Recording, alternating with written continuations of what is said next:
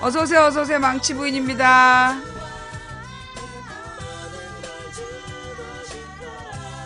옷장사 굶어 죽음. 아니, 근데 이게 옷이 나는 특히 내가 편한 옷을 입어야 되는 것 같아. 어. 남들이 이쁘다는 옷은 내가 별로 안 편하고, 내가 편한 옷. 예. 내가 편한 옷을 입어야지, 만사가 편한 것 같아. 그리고 나는 내가 옷에 대해서 좀 관점이 잘못됐는지 모르겠는데, 어, 나는 옷은 편해야 된다라는 게 기본이야. 나의 머릿속에 딱 있는 건 옷은 편해야 된다.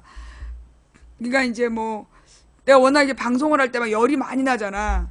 그러니까 이제 보는 거는 중요하지 않고, 보이는 거, 눈에 보이는 건 중요하지 않고, 땀을 얼마나 배출하느냐. 그리고 이제 옷이 이렇게 방송할 때 이렇게 추웠다 더웠다 하지 않도록 그 온도 조절이 가능하냐. 뭐 이런 거에 신경을 쓰고, 그러다 보니까는 이제 뭐라 그러나, 여하튼 기능성이, 그니까 내가 옷의 기능이 내가 입어서 확인된 거, 이거를 자꾸 입다 보니까 늘 똑같은 옷을 입게 되는 것 같아요. 예, 그리고 옷을 잘 안 버리게 되고, 근데 사실 우리나라 옷들이 참 튼튼해. 요즘 나온 옷들이 되게 좀 별로 안 튼튼한데 옛날 옷들은 참 튼튼했어요. 그니까 진짜, 근데 서양 사람들은 그 옷을 정말 몇십 년을 입는데 입을 수 있으면, 고쳐서 입고, 예, 뭐 이렇게 다 수선해서 입지, 그렇게 우리처럼 막 멀쩡한 옷을 버리지 않는다는 거야. 음. 이제 우리나라 같은 경우에는 좀, 반도 기질이 좀 있는 데다가, 우리 국민들이 굉장히 좀 호기심이 많잖아. 호기심이 많고, 정보에 대한 열망이 좀 강한 편이에요. 그래서 우리나라가 유행을 되게 많이 좀 찾는 편이야. 그러다 보니까 좀, 일본은 좀 이상한 유행을 좀 따라가는. 걔네들이 유행하는 거. 옛날에 내가 우리나라에 일본의 중학생들인가가 수학여행 온 거 보고 깜짝 놀랐어. 애들이 교복 치마를 길게 입고 온 거야. 롱스커트처럼. 그러니까 아예 짧게 하다 이제 길게 입는 게 유행이었다는 거야. 그래서 그러니까 일본 애들은 유행을 해도 참 이상한 걸 유행을 시켜. 그러면서 그 유행에 안 따라오면 막 좀 왕따를 시키고 그러는 것 같더라고요. 그리고 이제 중국 같은 경우에는 유행에 신경을 별로 안 쓰는 것 같더라고. 요즘은 모르겠는데 옛날에 전통적으로 중국은 자기네가 중심이라는 생각을 했잖아.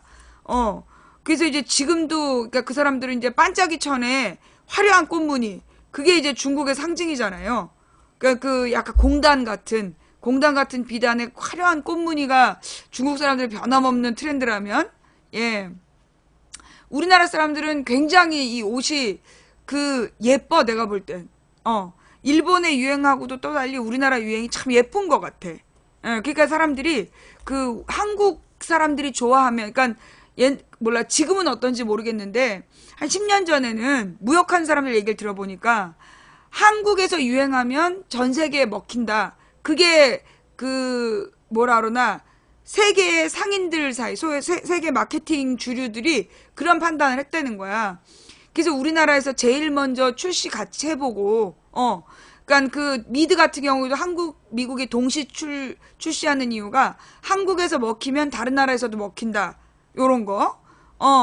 그리고 이제 어떤 패션 같은 경우도 한국 사람들이 좋다고 그러면 그게 통한다는 거지. 예.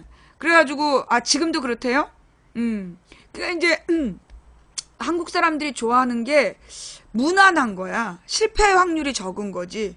예. 실패 확률이 적은, 그러니까 이제 뭐 중국은 워낙 자기 색깔이 강하고, 일본 사람들이 좋아하는 건 다른 나라엔 안 먹히고, 근데 한국 사람들이 좋아하는 거는 트렌드화가 될 수 있는, 유행이 될 만한 것들을 좋아한다는 거죠. 그리고 이제 한국 사람들이 좀 실증을 잘 내기 때문에 늘 새로운 거. 근데 새로우면서도 예뻐야 돼.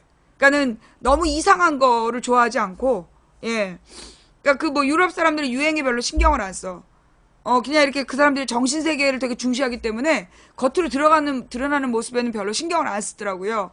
메르켈이 똑같은 옷을 계속 입잖아. 그런 것처럼. 근데 그리고 이제 일본 사람들은 어떤 그 극도의 불안감을 좀 과도한 모습으로 드러낸다라면 한국 사람들은 늘 이제 신선하고 예쁘고 뭔가 이렇게 다수가 좋아할 만한 그런 것들을 좋아하는 그런 기질이 있는 것 같아. 그러니까 이제 동남아, 요즘에 이제 동남아가 뜨잖아요. 예. 그러니까 동남아에 소위 돈 버는 사람들이 생긴 거야. 동남아에다 공장들을 많이 지었잖아. 그 이제 중국에서 공장이 동남아로 많이 가고, 그래서 지난 한 10년 동안 동남아에 그 돈이 돌았단 말이야. 그러면서 동남아 지역에서 좀 돈을 버는 사람들이 생긴 거야. 그 사람들이 우리나라의 패션을 되게 중시해요. 관심을 갖고. 근데 사실 우리나라의 이런 패션은 예전부터, 오래전부터 중국과 일본을 지배했어. 예, 한국의 패션이 중국과 일본에 영향을 미쳤어요. 그 옛날에 원나라 때도 그 기황후가 그 중국의 원나라의 황후가 되면서 고려풍이 그 중국 왕실에 유행을 해가지고 그 문제가 됐었다.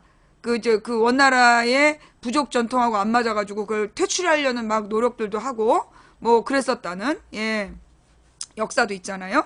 네, 기황후, 예, 하여튼 그리고 이 원나라가는 중국의 원나라나 그 다음에 청나라 같은 경우에는 이방 민족이잖아. 중국의 중원이 아니야. 그러니까 그게 좀 달라요. 당나라나 명나라나 그러니까 당, 송, 명 같은 경우에는 자기네들이 문화의 주체의식이 있었어.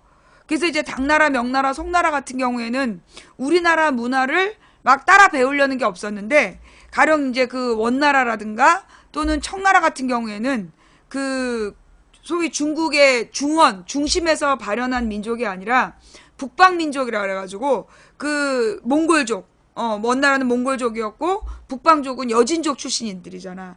그러다 보니까 그 사람들이 어떤 자기 문화에 대한 전통의식이 좀 미약한 면도 있고, 그래갖고 이 원나라나 청나라 같은 경우에는 조선 문화에 관심이 되게 많았었던 것 같더라고. 특히 귀족들이 이 한반도 문화를 따라가려는 그런 그 경향들이 좀 있었다. 근데 이제 몽골 같은 경우에는 또 좀 특별한 면이 있는 것 같아요. 예. 그 몽골어가 우리 고려의 언어에 영향을 미쳤고, 그 몽골과 고려어의 변환이 소위 이제 세종대왕이 한글을 창제할 때 그걸 감안했다. 그리고 훈민정음의 그 훈민정음 해례본을 연구한 몽골 학자가 말하기를 몽골어의 기원이 거기 다 있다는 거야. 몽골 언어의 기원을 훈민정음 해례본을 해석해보면 그 당시 언어가 다 있다. 그러니까 어떻게 보면 그 몽골어가 그 제주도에 좀 남아있잖아요. 약간 독특한 발음으로. 근데 그 발음이 원래 우리 조선에서 있었다는 거지. 그게 이제 점차 변화돼서 이제 우리 조선의 이제 이 그 육지 발음하고 제주도 발음이 조금 달라지긴 했지만, 어쨌거나 몽골의 그 영향을 우리도 받았다는 거죠. 서로 이제 주고받는 이제 영향을 가졌고, 결론은 지금 이제 이 몽골의 문자는 사라지고 문화도 사라지고 다 그랬지만 그 몽골어의 영향을 받았던 한글은 지금 남아서, 사실 그 한글이 세계에서 가장 과학적이래잖아요. 예. 한글이 세계에서 가장 과학적이라고 얘기하고, 이 한글로 표현하지 못하는 소리가 없다. 예. 예. 그래서 그 문자가 없는 나라에 옛날에는 알파벳을 가르쳤는데 지금은 한글을 가르친다고. 특히 아시아의 동남아라 이런 나라들은 한글이 더 맞대잖아. 그리고 이제 무엇보다 이 중국에서 우리 한글에 대한 어떤 그 열망이 있잖아요. 동북공정이라는 걸 만든 처음부터의 목적이 그 조선말이 자기네 소수민족 언어다. 그렇게 주장하려고. 왜냐하면 이게 컴퓨터 자판이 생기면서 그 자판에 맞게끔 사용할 수 있는 단어가 우리나라하고 알파벳밖에 없는 거야. 우리나라 말하고 알파벳. 그러니까는 그 뭐라 그러니, 불어나 독일어 같은 경우도 특수문자들이 다 있잖아요. 예. 그 알파벳 자판 안에 들어가지 않는 특수문자들이 있단 말이야. 근데 이제 그 우리 한글 같은 경우에는 정말 그 자판 안에 딱 들어가잖아. 그리고 어떤 그 소리도 일정하고. 가령 이 저기 알파벳은 EU라든가 뭐 AU 같은 게 소리가 다양하게 나요. 근데 우리나라 같은 경우에는 이가 합친 에나, 이가 합친 에나 소리가 정확하잖아, 소리값이. 그렇기 때문에 모음의 소리값이 우리나라가 굉장히 정확한 편이죠. 유럽하고 달리. 예. 그래서 한글이 정말 세계 문자가 될 수도 있다. 한글이 정말 세계 문자로 쓰기에 그 뭐라 그러나 부족함이 없다는 거죠. 내가 요즘에 이제 그 독일에 가려고 이제 독일 말을 생전 처음으로 독일 말을 이제 공부하고 있는 거야. 근데 이 독일 발음이 참 난감하더만. 옛날에 고등학교 때 불어를 했었어요. 근데 불어보다 독일 말이 진짜 난감하더만. 근데 이제 독일 소리 나는 대로 이제 그 네이버에서 듣고 그러니까 그 사전에서 듣고 그걸 이제 한국말로 옮겨가지고 외우는 중이야. 네. 그래서 좀 아직은 지금 이제 그 독일어 알파벳을 외우는 중이에요. 독일어 알파벳을 외우는 중이니까 나한테 뭐 말 시키지 마. 독일어 문법이 어렵다. 그러니까 그 독일어가 되게 복잡하더라고. 그리고 이렇게 근데 되게 또 규칙적이야. 하여튼 뭐 미치겠어. 그래서 그냥 독일 가지 말까. 네. 그게 이제 그 뭐라 그러나 내가 독일을 가게 된 이유가 뭘까? 사실은 이제 아주 우연히 시작된 거야. 내가 작년에 이제 우연히 미국을 가잖아요. 작년에 여름이었어.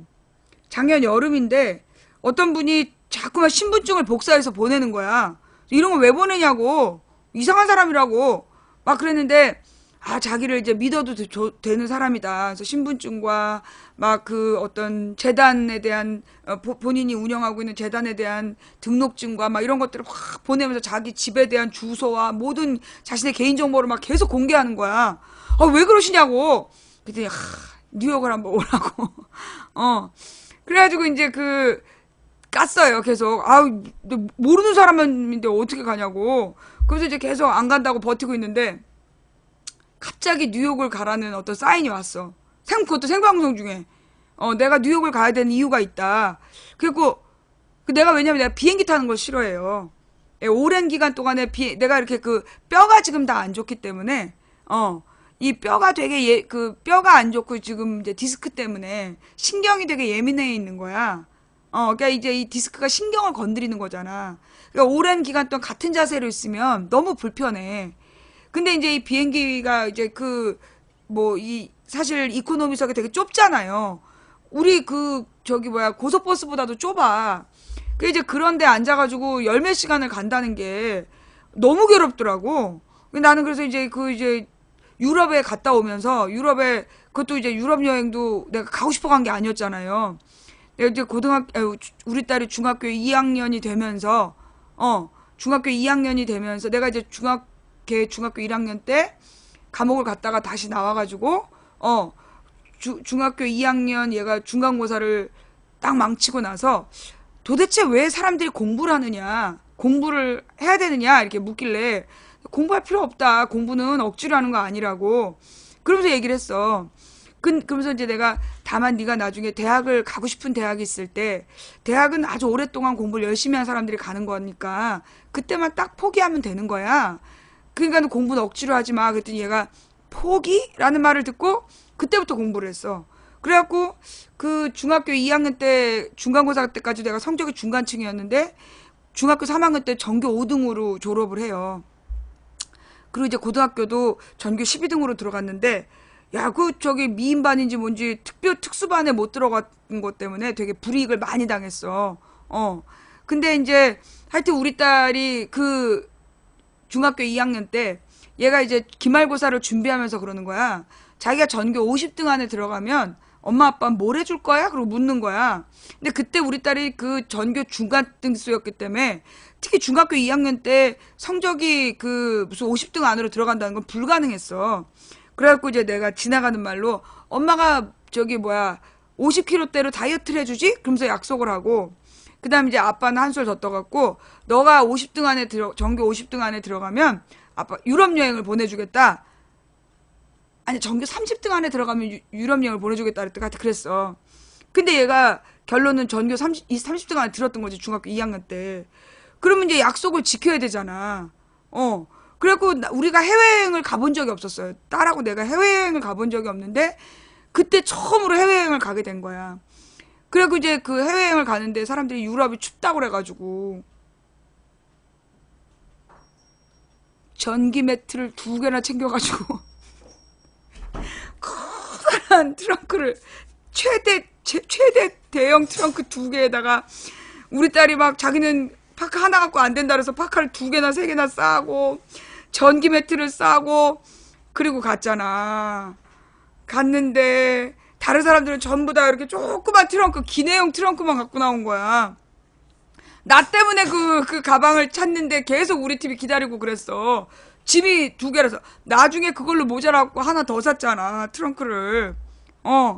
근데 하여튼 딱 보고 이제 처음에 이 사람들이 보면서 우리가 불법 이민자나 보따리 장사인가. 근데 우리가 간 또 프로그램이 그게 1인당 400만 원짜리였어. 그럼 그게 꽤 있는 사람들이 가는 거였대. 중산층 이상이 가는 거였어.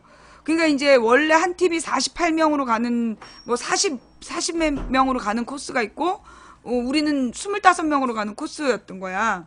그러니까 이제 차도 좀 널널하게 다니고 뭐 이런 코스였기 때문에 좀 비싼 프로그램인데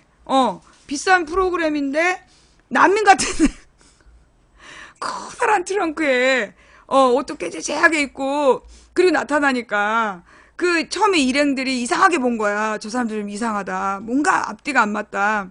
그러더니만 이제 하는 말이 저기 뭐야 해외여행 처음이죠. 그래서 처음이라고. 그러니까 다들 뭐 일본이라든가 이렇게 동남아라든가 이런 데를 다니고 그 다음에 해외여행을 가는데 어쩌다 유럽을 처음으로 왔냐고. 유럽은 이제 해외여행의 끝인데. 그래서 좀 사정이 있다고 우리가. 그래서 이제 간 거야. 근데 유럽이 그렇게 춥다 그러더니 춥긴 나발. 우리가 가는 데마다 방이 너무 더운 거야. 심지어 제일 추운 데가 그 융프라우, 스위스 융프라우에서 잤는데 방이 너무 따뜻해가지고 나는 그 전기 매트를 안 썼어. 한 번도 안 꺼내 쓴 거야. 그래서 내가 나더러 춥다고 전기 매트 가져가라고 그런 시청자를 내가 한국에 돌아오면 찾아가지고 내가 고소를 할 거라고 막 내가 그러면서 이제 시발시발하면서 다닌 거야. 융프라우에서는요, 나중에 아침에 일어나고 커튼을 딱 열었더니 창문이 열려 있는 거야. 밤새 창문을 열고 잔 거야. 12월에. 그런데도 방이 따뜻했어. 왜냐하면 그 스위스가 커튼이 되게 두껍더라고. 커튼이 우리 담요만큼 두꺼운 거야. 그거를 2겹으로 이렇게 치고 그리고 이제 잠을 잤는데 나중에 알고 보니까 내가 간 방들마다 그 전날 온도를 누군가가 계속 다 올려놓은 거야. 그래서 다른 사람들 다 추웠다는 거야, 우리 일행들이. 나중에 이제 중간쯤 지나가면서 사람이랑 얘기를 하기 시작했어. 그래서 뭐 해외여행 처음이죠. 뭐 이런 것도 얘기를 하고 막 이러다가 보니까 자기네들은 다 추워갖고 전기 배터리를 다 쓴다는 거야. 나만 안 쓰고 있었어. 그래서 물어보니까 내가 간 방들마다 우리 방만 고장이 나 있는 거야, 다. 그래갖고 가는 곳마다 따뜻해갖고 나는 전기 배터리 한 번도 안 썼어. 정말 한 번도 안 쓰고 방이 너무 더웠어, 다. 근데 왜 그랬냐 했더니 중간에 우리 팀 일행 중에 한 부부가 전기 매트를 이제 작은 뭐라 그러나 의료용 매트 있잖아요. 이렇게 한 50cm 되는 거. 그걸 2개를 갖고 온 부부가 있었는데 하나가 고장이 났대. 그래서 고장 난 걸 버리고 1개만 가지고 출발을 했는데 그 나라를 떠났는데 보니까 그게 멀쩡한 걸 버리고 고장 난 걸 갖고 왔다는 거야. 그래갖고 그 융프라우에서 하룻밤을 자고 이 사람들이 완전히 몸을 안 가져갖고 그 부인이 너무나 몸 상태가 안 좋아서 도저히 여행을 할 수 없는 지경에 이르렀다는 거야. 근데 내가 또 그때 가기 전에 의료용 매트 1인용 큰 걸 샀거든. 가벼운데 부피가 큰 거. 그리고 내가 가뜩이나 내가 지금 가방이 좀 좁아가지고 그래서 내가 그 매트를 빌려준 거야. 이걸 끝날 때까지 쓰시라고. 그래서 그 사람들이 끝날 때까지 썼어. 근데 알고 보니까 그 집이 굉장히 믿음이 깊은 집이었어. 그러니까 그 믿음이 굉장히 깊은 집이라, 그래서 그들을 위해서 하나님이 예비하셨던 거죠. 그러니까 그 의료용 매트를 내가 가져갔기 때문에 그 부인이 그 매트를 사용하면서 가뿐하고 개운하게 나머지 여행을 마칠 수가 있었던 거야. 그게 이제 이 하나님께서 준비를 그렇게 꼼꼼히 하신다는 거죠. 근데 내가 그때 유럽에 갔던 게, 내가 정말 그 뒤에, 내가 그게 13년 겨울에 간 거였거든요. 13년 겨울에 그 유럽에 갔다 온 경험이 그 뒤에 굉장히 많이 방송에 나와. 내가 어디 가보니까 이런 면들이 있더라. 그땐 모르고 막 봤던 장면들인데 그게 방송할 때 막 어떤 의미라는 게 떠오르는 거야. 그래서 굉장히 큰 도움이 됐어요. 이제 그리고 이제 그 다음에 그렇게 해서 이제 그 유럽을 갔다 오고 나서 내가 이제 해외여행을 별로 안 좋아한단 말이야. 근데 그 다음에는 세월호 문제가 터졌는데 미국에 있는 이제 그 가정주부들이 세월호를 기억하는 모임을 만들어 놓고 거기서 이제 그 순회 강연을 해달라고. 그래가지고 내가 그 순회 강연을 또 가게 된 거야. 그래갖고 나는 비행기 타기 싫어한다.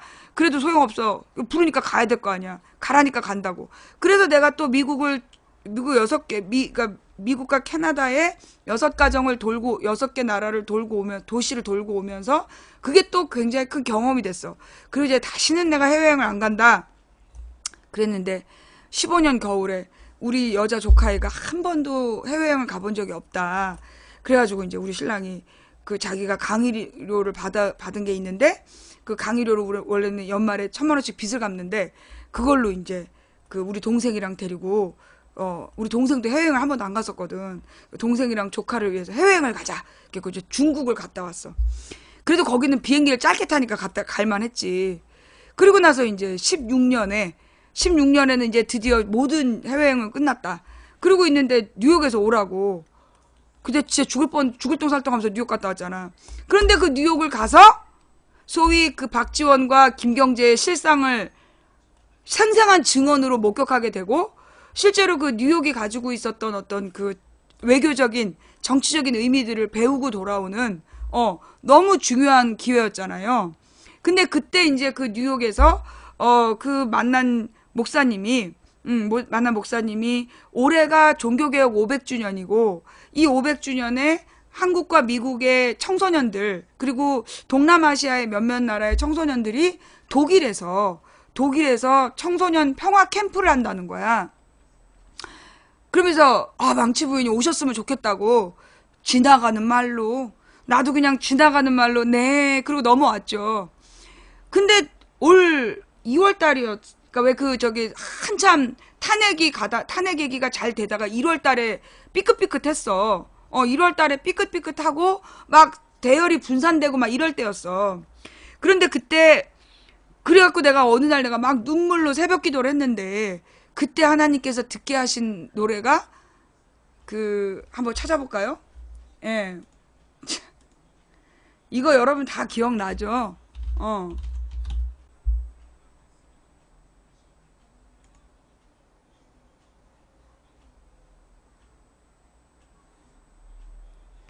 이건가?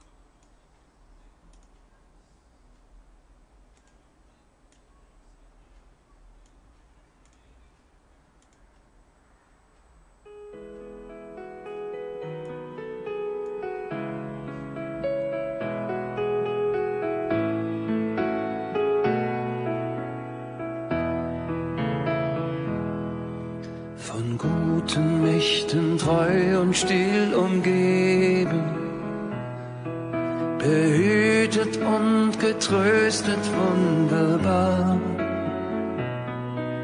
So will ich diese Tage mit euch leben und mit euch gehen in ein neues Jahr. Von guten Mächten wunderbar geborgen, erwarten wir getrost, was kommen mag. Gott ist mit uns am Abend und am Morgen und ganz gewiss an jedem neuen Tag. Noch will das Alte unsere Herzen quälen, noch drückt uns böser Tage schwere Last. Ach Herr, gib unseren aufgescheuchten Seelen das Heil, für das du uns bereitet hast. Von guten Mächten wunderbar geborgen, erwarten wir getrost, was kommen mag. Gott ist mit uns am Abend und am Morgen und ganz gewiss an jedem neuen Tag. Lass warm und still die Kerzen heute flammen, die du in unsere Dunkelheit gebracht. Für wenn es sein kann, wieder uns zusammen. Wir wissen es, dein Licht scheint in der Nacht. Von guten Mächten wunderbar geborgen, erwarten wir getrost, was kommen mag. Gott ist mit uns am Abend und am Morgen und ganz gewiss an jedem neuen Tag.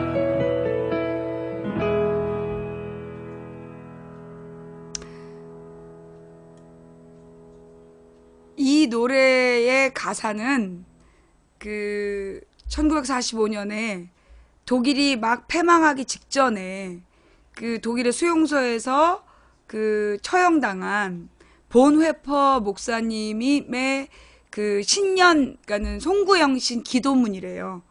예.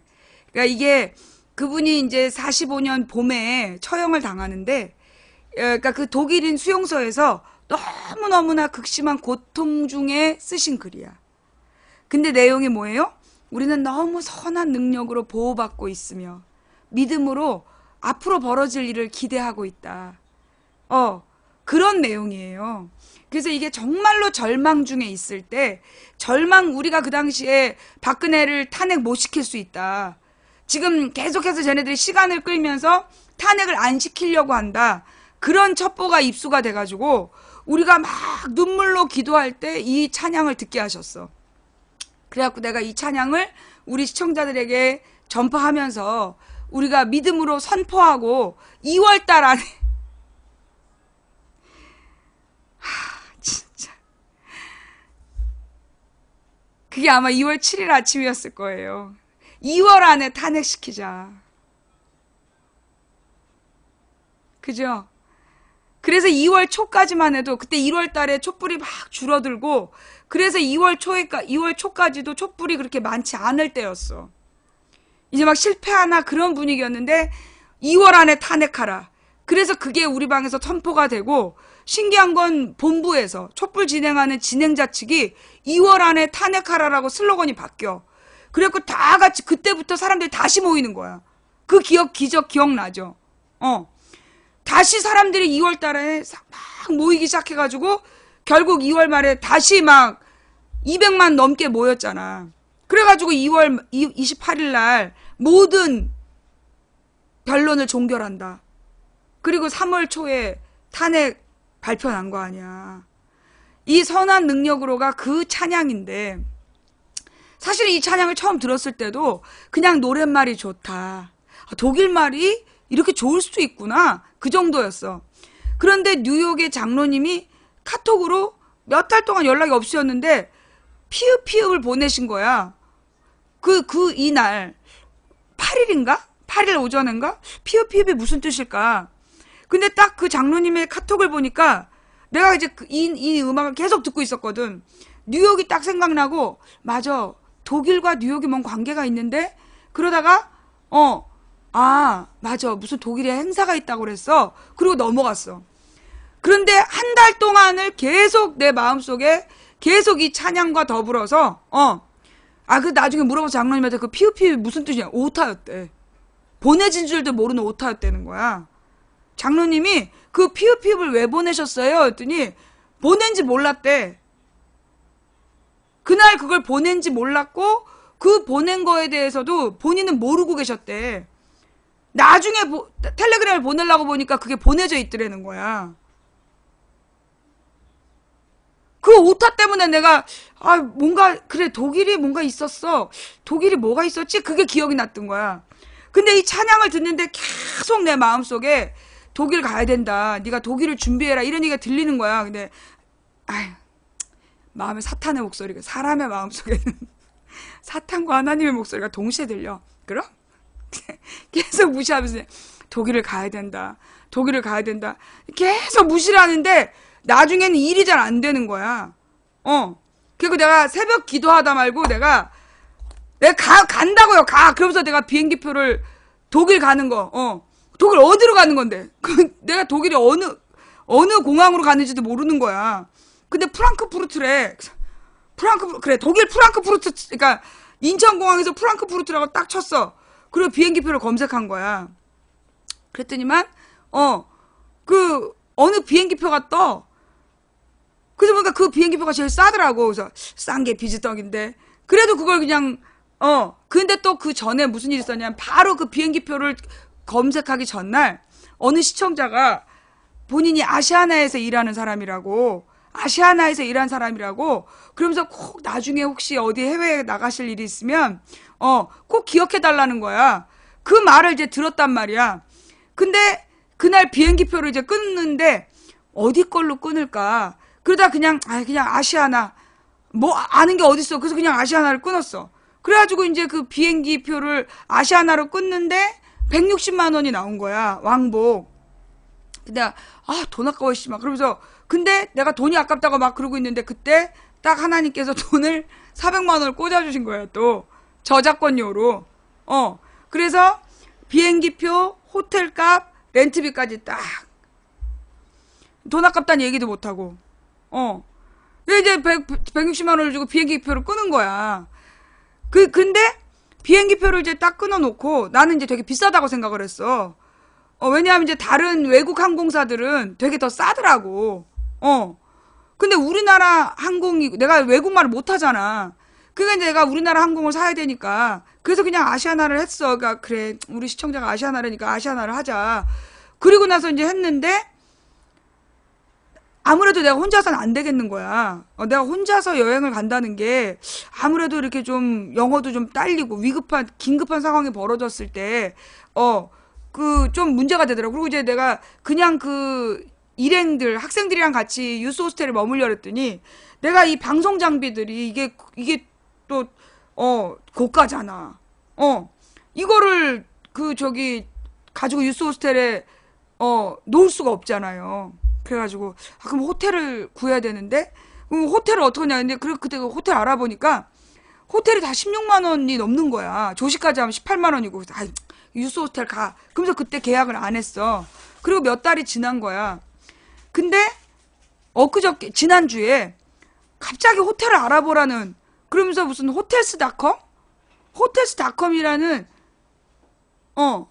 그게 어떻게 연결된 거냐면, 맞아. 광주를 갔을 때, 그래, 그것도 그래. 페북의 어느 날, 아까 광주를 가기 위해서 내가 호텔을 검색을 했어. 그래갖고 호텔을 검색하는 과정에서 그 광주에 있는 무슨 뭔가 새로운 깨끗한 호텔을 굉장히 싼 값에 8만 원에 그 호텔을 머물게 하신 거야. 너무 좋게 봤잖아요, 여러분들이.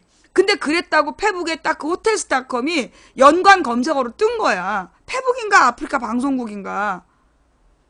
그리고 그 호텔스닷컴으로 이제 그 호텔을 검색하라는 거야. 그리고 검색을 했어. 그랬더니 10만 원에 두 사람 조식이 되는 10만 원에 두 사람 조식이 되는 호텔들이 몇 개가 있더라고요. 그래갖고 10만 원에 10만 원인데 너무 비싼가? 근데 내가 그런 걸 해봤어야 알지. 근데 이제 하라는 거야. 그래서 그냥 막 했어. 근데 내가 일정을 잘못 알아가지고 슈투트가르트에서 7박을 신청을 한 거야. 7박인가 8박인가를. 근데 거기선 이틀밖에 안 머물고 다른 데로 이동을 한다는 거야. 그런데 그 호텔스닷컴은 환불이라는 거 안 해준다는 거야. 그냥 거봐 속았다. 막 내가 이럴 줄 알았어. 내가 안 가 해서 막 땡깡을 막 피우면서 다음날 전화를 했어. 호텔스닷컴에서 전화하면 내가 하나님한테 그런 거야. 나 이거 환불 안 해주면 내가 독일 안 갈 거라고. 그렇게 아시라고. 그 전화를 딱 했더니 네 고객님 하면서 너무 친절한 거야. 근데 내가 전체 무효가 아니라 7박에서 2박으로 줄인다 그러니까 변경 요청을 받아준다는 거야. 그래갖고 환불을 해줬어. 그래갖고 그걸 환불을 받고 나머지 호텔을 예약했는데 환불 받은 돈보다 더 싸게 5날을 저기를 한 거야. 그래가지고 호텔 예약을 다 깨끗이. 그러니까 내가 그때 비행기표 끊었을 때 호텔을 예약했으면 지금보다 한 5, 60만 원 더 비싸게 끊었을 거야. 근데 그때 못 끊게 하고 광주 갔다 온 다음에 끊게 하시면서 10만 원대에 2사람 조식까지. 근데 호텔들도 다 4성급이야. 4성급인데 무슨 그 호텔스닷컴 특가래.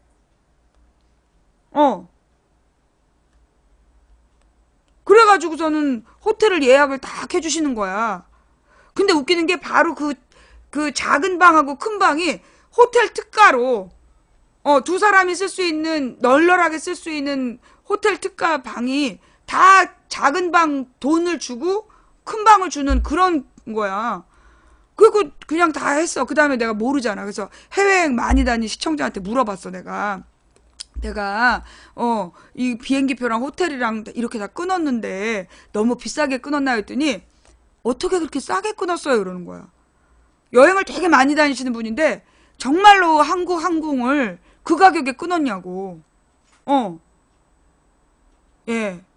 그러니까는 나는 아무것도 모르는 사람인데, 그리고 나는 이제까지 해외여행을 가고 싶어서 알아본 적도 없는 사람인데, 몰라 안 해 막 이러면서 했는데 갑자기 막 이게 검색으로 유혹을 하는 거야. 검색으로 싹 유혹을 해가지고 나도 모르게 따라 들어가갖고 예약을 다 하게 한 거야.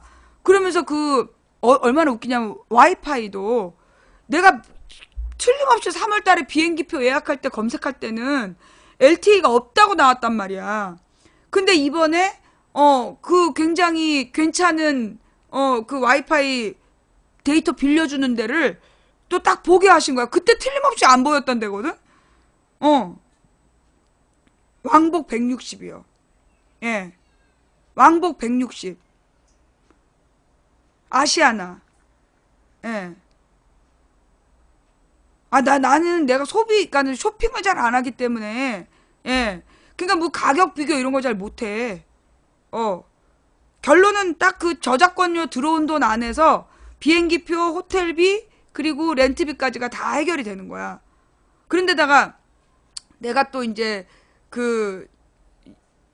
성격이 좀 뭐라 그러나, 영어를 잘 못하잖아. 무엇보다. 근데 독일 말을 해야 되는데 독일 말을 못하는 사람도 많대. 아니, 영어를 못하는 사람이 많다는 거야. 근데 영어도 못하고 독일어도 못해. 그리고 이제 호텔을 이제 다 잡아놨는데 거기다 이제 호텔에 택시를 타려니까 호텔은 독일은 10분에 3만 원이래. 왕복이면 6만 원이야. 렌트비랑 마찬가지야. 그래서 렌트를 하게 됐어. 그래가지고 이제 어떡할까 하다가 결국은 이제 우리 언니를 데려가기로 한 거야. 왜 이제 우리 언니가 또 누구냐 하면 나 때문에 우리 언니가 교회에서 나오게 됐잖아요. 우리 언니가 이제 교회 청년부를 그러니까 우리 언니가 선생님을 오래 하다가 그러니까 명의퇴직을 하고, 그리고 아프리카에 선교사로 간 거야. 사실은 이제 명의퇴직이라기보다 조기퇴직을 했지. 아프리카 선교사를 가고 싶다고. 그리고 이제 선교사를 가느라고 조기퇴직을 하고, 그리고 갔다 와가지고 이제 그 교회 청년 지도를 하고 있었던 거야. 그러다가 이제 세월호 문제가 터지고, 그래서 이제 나를 불러다가 청년들에게 올바른 정치관을 가지라고 강연을 2번을 했어. 근데 그걸 가지고 그 교회에 소위 이제 뭐라 그러나 박근혜 지지자들이 난을 일으켜가지고 우리 언니하고 형부가 그 교회를 떠나게 된 거야. 25년 동안 정말 어느 건물 2층에 새 들어있던 교회를 크게 옮겨가지고 정말 너무너무 아름답게 25년을 섬겼는데 나를 데려다 2번 강의시켰다고 그거를 그 장로들이 데모를 해가지고 이제 그 교회를 떠나게 된 거야. 그래서 이제 다 떠나기로 해서 다 얘기가 끝났어. 근데 이제 우리 언니가 이제 그 과정에서 얼마나 마음이 아팠겠어. 그래서 이제 우리 형부가 우리 언니가 너무나 마음이 아파한다고 그 얘기를 하니까 내가 그러면서 자꾸만 어디로 당신 여행을 좀 가지 그러는 거야. 우리 형부가 우리 언니한테 마침 또 근데 내가 마침 그래 언니를 독일에 데려가면 어떨까? 나보다 영어를 잘하고 해외를 많이 돌아다녔기 때문에 왜냐면 우리 조카를 독일에 그리고 우리 조카가 또 베를린에서 무용을 했어. 보낼 때도 다 이제 왔다 갔다 그 연락을 했단 말이야. 그래가지고 이제 우리 언니를 데려가기로 했어. 우리 언니도 그 가격에 예약을 해서 다 그 가격인 줄 알았어. 웬걸? 우리 언니랑 나랑 160만 원 했거든. 근데 그게 굉장히 싸게 한 거래. 그리고 더 웃긴 거는 그러면 그게 내가 계약하고 우리 언니가 예약할 때가 2달 차이야. 가격도 똑같고 그 다음에 그럼 이제 따로따로 앉아야 되잖아. 근데 전화를 해갖고 물어봤어. 그 자리를 붙여주실 수 있냐고. 그럼요 하면서 붙여주는 거야. 너무 쉽게. 그래서 자리 붙여서 갈 거야. 그러니까 이게 사람의 힘이라면 여러분 광주 보셨죠? 광주 가셨을 때 우리가 그 광주에 내가 아무 준비 없이 갔어. 딱 호텔방 하나 잡아놓고 내가 잔다. 호텔에서 잘 거다 해서 호텔 하나 딱 예약해놓고 간 거야. 모든 일정은 하나도 짜놓지 않고 간 거야. 근데 가는 길에 채팅창에서 국밥을 먹어라. 그래서 국밥을 먹고 그 다음에 고기전이 맛있다 그래서 가다가 고기전을 사고 그리고 이제 갔는데 시청자가 저기 한번 들어가 보자 해서 들어가서 그 전시실을 보고 그 다음에 그 버스를 타자. 그래서 그 버스를 탔는데 거기 무슨 투어 버스가 있대요. 그래서 그래요? 그래서 버스를 그냥 타보겠다 해서 탔는데 그 버스를 타고 지나가다가 저기 한번 가볼까? 다음날 거기를 갔고 그런데 거기가 바로 맛집을 하기로 했던 시청자가 있는 그리고 기차역하고 가까운 이건 사람이 짜도 그렇게 만약에 완벽하게 짜려면 몇 달을 준비해야 될 거야 아마. 사람이 그 광주 일정으로 짰다면 정말 몇 달을 준비했어야 됐을 거라고. 그렇잖아요. 무슨 예능 프로그램에서 그렇게 짰다고 짜봐. 그럼 PD부터 카메라 뭐 작가 수십 명이 뭐 한 달은 준비를 해야 됐을걸? 그런데 나는 그냥 가라니까 가고 쓰라면 쓰고 애가 단순하잖아. 그냥 하나님이 나머지는 다 알아서 준비하는 거야. 우리 기획사는 하 사장님이 매니저야. 알아서 다 준비를 하는 거야. 그래서 광주를 갔다 온 거예요. 광주 방송이 이번에 굉장히 은혜로웠잖아. 솔직히 나는 그때 문재인 대통령이 그렇게 은혜로운 기념사를 할 거라는 것도 모르고 갔잖아. 세상에 누가 알았어. 아무것도 모르고 그것도 그래. 기차표가 없어갖고 그 시간에 차를 탄 거야. 기차표가 없어서 그 시간에 기차를 타고 가다가 할 일이 없어서 문재인 대통령 기념사를 듣고 그때부터 은혜를 받은 거 아니야. 그러니까 모든 게 전부 다 짜여진 구도로 그 광주의 맨 마지막 인터뷰까지. 그 광주 마지막 인터뷰의 의미가 그분이 정말 지식인이었고 정의감은 있지만 너무 이렇게 겁이 많았던 지식인 소시민이었지만 그래서 끊임없이 고민하고 갈등하고 도망갈까 그러면서 도망가지 못했던 그 광주 시민들의 이야기를 그대로 드러낸 인터뷰였단 말이야. 근데 그 2시간 동안을 들으면서 내가 왜 이렇게 긴 인터뷰를 들어야 될까 했는데 맨 마지막에 딱 그 깨달음을 주시는 거야. 그분이 그렇게 소시민이었고 너무나 생생한 한 개인의 기록. 그걸 통해서 하나님이 우리에게 얘기하신 건 광주가 그런 곳이었다. 뭐 대단한 사람이 아니라 그냥 우리랑 똑같은 소시민이 어쩔 수 없이 겪어냈어야 됐던 그 역사였다. 그거를 경험하게 하시면서 나를 그 대신 그 모든 광주 일정을 군말 없이 다 했다고 세상에 큰 맛있는 음식을 먹게 하시고 돌아오게 하셨던 그날 밤 또 중요한 정리를 또 했잖아 내가. 그날 밤 돌아와갖고 또 뭔 일이 있든지 몰라도 중요한 방송을 해가지고 흔들리는 걸 또 인사 발표. 아, 네, 진짜. 그래서 내가 업무 방해로 고소한다고. 하여튼, 그랬었던. 그리고 지금 독일을 준비하고 있어요. 예. 독일을 가라고 하나님께서 준비를 하시는데, 사실 작년 6.15였죠? 예, 작년 6월 15일에 내가 뜬금없는 선포를 하잖아. 11월에 기적이 일어날 거라고. 그리고 우리가 세계 평화의 지도자가 될 거라고. 그때 속으로 하나님 이것 좀 너무 하시는 거 아니냐. 한경호 사태. 한경호 사태에 대해서 내가 딱 그 중심 잡았던 그날. 하여튼 내가 작년 6.15에 올 11월에 기적이 일어날 거다. 세계가 한국을 우러보게 될 거다. 한국의 평화의 리더십이 세워질 거다. 참. 내가 그래 방송 접을 때가 됐어. 야 이제 10년 만에 방송 접나 보다. 그런 마음을 했다니까 나는. 너무 터무니가 없는 얘기가 나와서. 예. 근데 정말 그 얘기대로 진행이 되고 있고 그러면서 지금 이 문재인 정부의 걱정되는 부분 그거를 가장 먼저 이제 걱정하는 부분을 딱 쳤는데 그에 맞게끔 준비를 나름 열심히 해서 지금 이제 인사 문제를 잘 풀어가고 있는 중이라고 보이고 그 다음에 이제 야당은 정말 다짐을 하고 야당이 결의와 발정제당하고 두한이당이랑 명박이당이랑 막 어떻게든지 좀 이번 판에 뒤집어 보려고 애를 쓰고 있는데 상식적이고 합리적이질 않아. 그들의 주장이. 그죠? 예. 그 이낙연 총리 청문회에서 오만 난동을 다 피웠으나 이낙연 총리에 대해서 국민 70%가 무난하다. 그러니까 어쩔 수 없이 통과시킨 거고. 그리고 나서 지금 이번에 김상조 청문회를 보면서도 지네들도 청문회 끝나고 나서 미안하다 그랬다며. 당에서 시켜서 어쩔 수 없이 그런 거지만 자기네들도 미안했다. 사실 제가 정식으로 사과를 안 했다. 우리 언니가 저한테 너 정식으로 사과해야 된다고. 왜냐하면 너가 그 전날 그 김상조는 버리는 카드라 그래서 다들 기대를 안 하고 본 거 아니냐. 기대를 안 했다. 근데 너 혼자서 입장 정리해가지고 그냥 텄네 텄어. 그럼 될 문제가 아니라 너가 앞으로 말 조심을 해야 된다고. 그래서 내가 정식으로 사과를 드립니다. 김상조가 버리는 카드라고 했던 말 몰라서 제가 무식해서 한 말이었습니다. 진심으로 사죄드립니다. 언니 사과했어.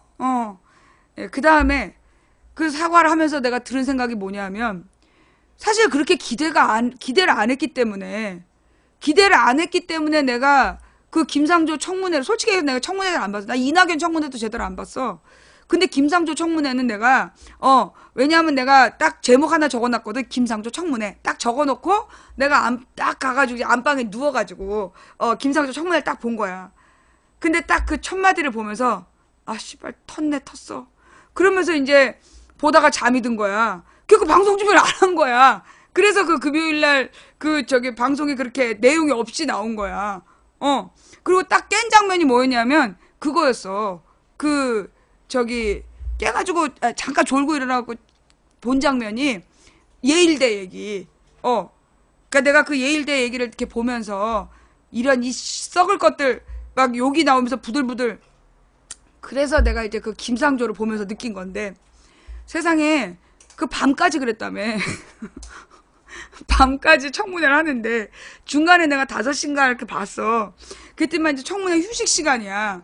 그리고 이제 야당 의원들 완전 이런 거 싹 빠져갖고 널브러져 있고 이 사람은 아주 발랄해. 쌩쌩한 거야. 그리고 딱 중간에 일어서가지고 여러 사람이랑 막 얘기를 하고 있더라고. 막 수다를 떨고 있는 거야.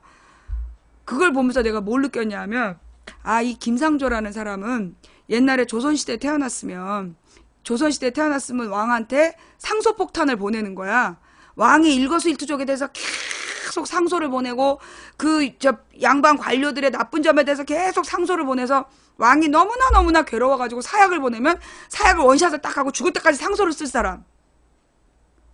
내가 딱 그 김상조라는 사람의 그 청문회를 보면서 느낀 건데 조선시대에 태어났으면 그럴 사람이야. 계속 왕이 일거수일투족에 대해서 상소를 쓰면서 괴롭히다가 왕이 참다 못했고 사약을 보내면 원샷 해버리고 원래 조선시대 사약은 금방 안 죽어요. 몇 시간 가. 죽을 때까지 상소를 쓸 사람이야. 그런 사람이야. 그러니까는 이제 그런 스타일이기 때문에 정말 공정거래위원장으로 그보다 더 적격이 있을까. 저는 그런 생각을 했어요. 내가 이제 문재인에 대해서 특히 문재인의 주변 사람들에 대한 신뢰감이 워낙 없기 때문에 큰 기대감이 없이 봐서 그런지 몰라도 나는 그 김상조에 대해서 그렇게 느꼈어. 이거 큰일 났네. 이거 시사로 가면 안 되는데. 이 김상조 얘기 나중에 다시 해달라 그러세요? 좌우지간. 그래서 내가 이제 그런 한 주를 보냈고, 다시 이제 우리 인생수다방으로 돌아와서, 제가 요즘에 느끼는 건 그래요. 그 호텔도요, 얼마나 웃긴 줄 알아? 나 방송 안 한다고 접었잖아. 방송을 접고 내가 이제 잠수를 타기로 했잖아. 파트너 BJ는 2주까지 쉴 수 있어. 그래서 2주까지 딱 쉬려고 내가 멋있게 딱 쉬었는데, 화요일 지나서 수요일 아침에 문재인 대통령 우리 집 찾아오는 꿈을 꿨어. 그래가지고 이제 뭔지 몰라도 방송을 해야 된다라는 강한 이끌림에 방송을 억지로 열은 거 아니야. 그 왜 방송을 해야 되는지 몰랐다고. 그런데 그 항명 사태, 항명이라는 그거를 분명히 얘기하라고. 그래갖고 내가 그 항명이라고 얘기한 다음에 그 주간이 지났잖아. 그러니까 항명이라고 내가 딱 순종하고 나니까 호텔 예약해 주신 거야. 그쵸?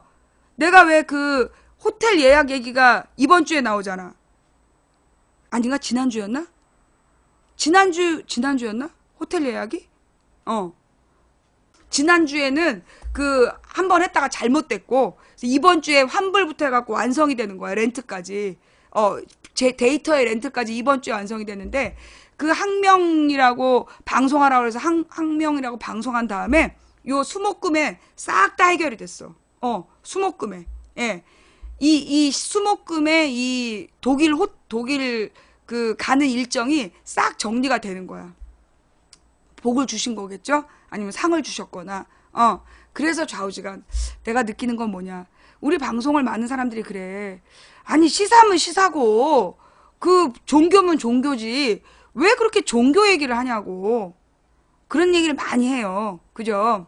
근데 또 우리 어떤 시청자분들이 뉴욕이나 광주를 통해서 많이 은혜 받은 시청자분들이 많아. 그래서 이번 독일에 대해서도 기대감이 큰데, 글쎄 모르겠어요. 어떤 설계를 갖고 지금 독일로 보내시는지는 잘 모르겠는데, 좌우지간 나는 내가 이 시사방송을 하는 이유가 뭐냐 하면,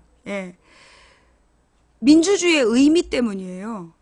제가 아이들을 그 사회탐구를 가르치면서 왜 민주주의냐, 왜 민주주의냐를 저는 남들보다 더 깊이 묵상했어요. 왜냐하면 내가 사실은 이 민주주의에 대한 깊은 실망으로 92년 대선에서 김영삼이 당선되면서 나는 민주주의를 버렸거든. 민주주의 의미 없다. 이렇게 우매한 개돼지 같은 인간들에게는 민주주의고 나발이고 필요 없고 그냥 독재자들이 나와가지고 다 해쳐먹든 말든 이거 다 뒤지는 게 낫다. 내가 이제 그런 생각을 했어. 그런 생각을 하면서 내가 93년도에 민주주의를 버렸던 거예요.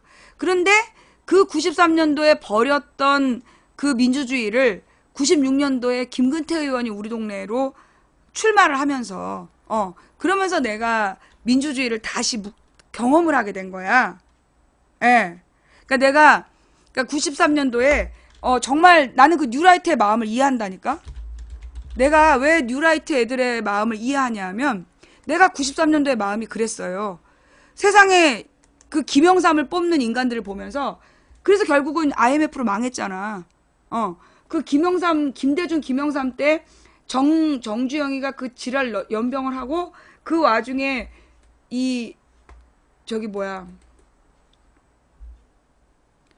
김영삼을 뽑는 걸 보면서 이런 사람들을 위해서 나는 내 시간을 더 이상 1분도 쓰지 않겠다. 그런 마음이 들어가지고 내가 운동을 접은 사람이야. 그랬는데 그때 세상에 또 김근태 의원을 우리 집으로 딱 보내신 거 아니야. 우리 동네로. 그래서 내가 김근태 의원을 이게 자원봉사로 돕다가 그래서 민주주의의 의미를 그분들한테 김근태 인재근 부부로부터 교육을 받고 내가 알고 있었던 민주주의는 허상이었다. 그리고 이 민주주의라는 건 그렇게 함부로 버리는 게 아니구나. 그걸 이제 깨달았잖아. 그리고 난 다음에 내가 이제 사탐 강사를 쭉 하면서 민주주의와 그 성령의 관계. 여러분, 그 민주주의의 개념이 어디서 온지 알죠? 민주주의의 개념이 원래 성경적 개념이에요. 예. 그러니까 그 고대 민주주의는, 그러니까 그 그리스의 민주주의는 사실은 남자 시민들만이 누렸던 그 투표권이었어. 고대 그리스의 민주주의는. 근데 우리가 알고 있는 요 현대 민주주의는 사실은 이게 그 성경에서 나온 거예요. 그러니까 이제 그 시민혁명 과정에서 시민혁명을 통해 만들어지는 게 민주주의야. 산업혁명을 통해 만들어지는 게 자본주의고. 그러면 그 민주주의라는 게 그 시민혁명을 통해 완성되는데, 그 시민혁명의 주인공들이 누구냐면 평민들인데 열심히 노력을 해서 돈을 번 사람들. 그 사람들이 이제 그 귀족이나 평민이나 차별 없는 평등한 사회를 이야기하고, 그 귀족이나 평민이나 차별 없는 평등한 사회에서 국민이 주인이다. 그리고 국민은 다 똑같이 소중하다. 그럼 왜 국민이 소중하고 똑같이 소중하냐? 왜 평등하냐? 그 부분을 설명한 게 뭐냐면 성경에 나오는 천부인권이에요. 모든 인간에게는 하나님께서 특별한 인권을, 단지 인간이란 이유만으로 하나님으로부터 인권을 부여받았다. 그게 천부인권 사상이야. 그 역사 시간에 그 사회 시간에 배우죠. 천부인권 사상이 그 민주주의 철학의 바탕이야.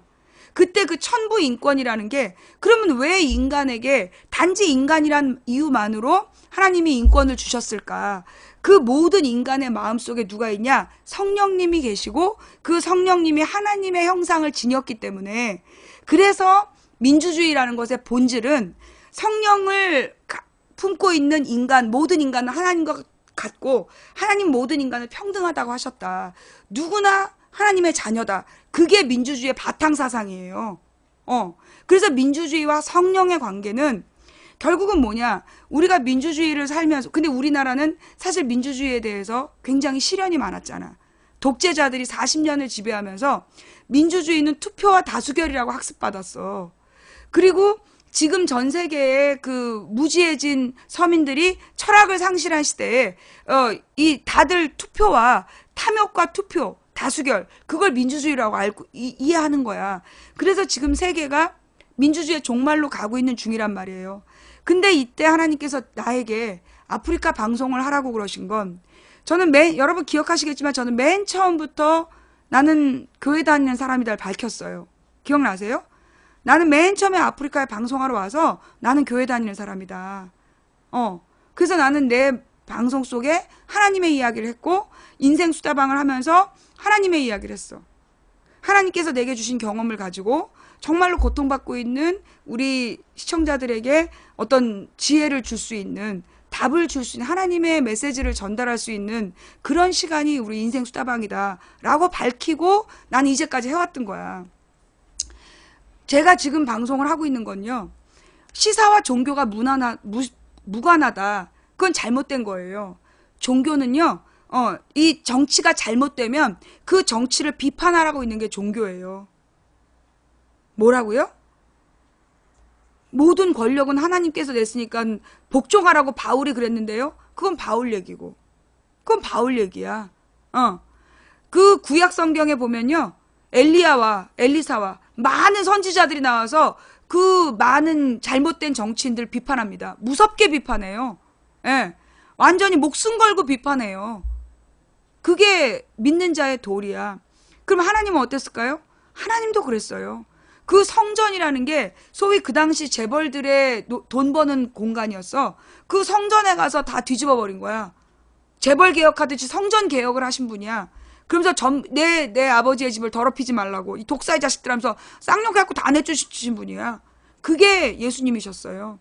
그리고 그 예수님께서 그 당시의 부자들에게 너희들이 가진 모든 것을 팔아서 가난한 사람들에게 나눠주고 나의 길을 따라라. 그 하나님의 길이 뭐야? 나를 미워하는 적을 위해서도 죽을 수 있는 희생정신을 가지고 하나님을 섬기라는 거야. 모든 인간이 그런 마음을 가지고 하나님을 섬긴다라면 세상에 약한 사람이 어디 있겠어? 아니 불행한 사람이 어디 있겠어. 모든 사람이 다른 인간을 이 하나님이 사랑하는 하나님의 자녀라고 바라보면서 그를 위해 나의 적일지라도 그를 위해 죽을 각오를 하고 그를 섬긴다라면 그게 바로 세상의 천국이죠. 예수님의 이야기는 결론은 부활이지만 예수를 믿으면 천국에 간다. 나는 그 천국이 죽어서 가는 천국이라고 생각 안 해요. 예. 우리는 날마다 거듭날 수 있어요. 예수님께서는 거듭남이 무엇인지의 답을 분명히 얘기하셨어요. 거듭남이라는 게 뭐냐? 너의 탐욕을 버리고, 너의 탐욕을 버리고, 너보다 가난하고 약한 사람들을 도우면서 너를 헌신하겠다는 마음으로 나를 따라라. 그게 거듭남이다. 예수님이 말씀하신 거듭남은 그거였어. 모든 인간이 그런 마음을 갖고 산다면, 이 세상에 천국이 온다는 거죠. 그러면 종말은요, 사실 그 종말은 언제나 날마다 종말이에요. 하루에 해가 지면서 종말이고 사람이 한 인생이 죽으면서 종말이고 왕조가 죽으면서 종말이죠. 종말은 끊임없이 오고 있어요. 그런데 그 종말 이후에 계속 새로운 시작들이 오는 거야. 그리고 내가 볼 때 이 종말은 날마다 종말이 왔어. 그런데 그 날마다 종말이 있지만 예수를 믿는 하나님의 뜻을 온전히 깨달은 자들이 하나님의 사상을 전파하면서 우리가 모든 인간들을 그렇게 사랑하고 하나님을 섬기는 마음으로 인간을 사랑하면 천국이 이 땅에 이루어진다. 그 믿음과 소망을 가진 자들이 2000년 동안 살아왔기 때문에 그래서 이 땅에 지금 종말이 이루어지고 있는 거다. 저는 그렇게 저의 종말론이 그래요. 이게 이단적인지 모르겠는데 나는 내가 생각하는 종말은 그래. 그래서 결국 부활이라는 게 뭐냐. 우리 몸이 다시 사는 게 부활이다. 그 부활에 대한 많은 논쟁들이 있어. 근데 나는 그 부활이라는 게 뭐냐. 난 이렇게 생각해요. 우리 모든 인간은 찌질해. 우리 모든 인간은 죄인이야. 한 사람도 죄 없는 인간이 없어. 마음속에 교만의 죄, 도둑질하고 살인하고 강도하고 부정하는 그런 그런 죄를 짓지 않았더라도 가장 나쁜 죄가 누구야? 뭐냐? 사람을 미워하는 죄야. 가장 나쁜 죄. 누구를 미워하는 죄가 살인과 같다 그랬어. 예, 누구를 미워하는 마음은 그 사람을 죽이는 것과 같다 그랬어요. 사람이 누구도 미워하지 않은 적이 없잖아. 또 한 번도 거짓말 안 해본 적이 없어. 거짓말하지 말라 그랬어요, 성경에. 십계명에도 나와요. 거짓말하고 누구를 미워하고 그리고 교만해서 다른 사람을 자기보다 얕보고 깔봤다면 그것도 죄예요. 그게 십계명만큼 나쁜 죄예요. 우리 모두는 그런 죄를 다 지은 죄인들이야. 근데 그러한 죄인들이 자신의 죄에 대해서 인정하는 거.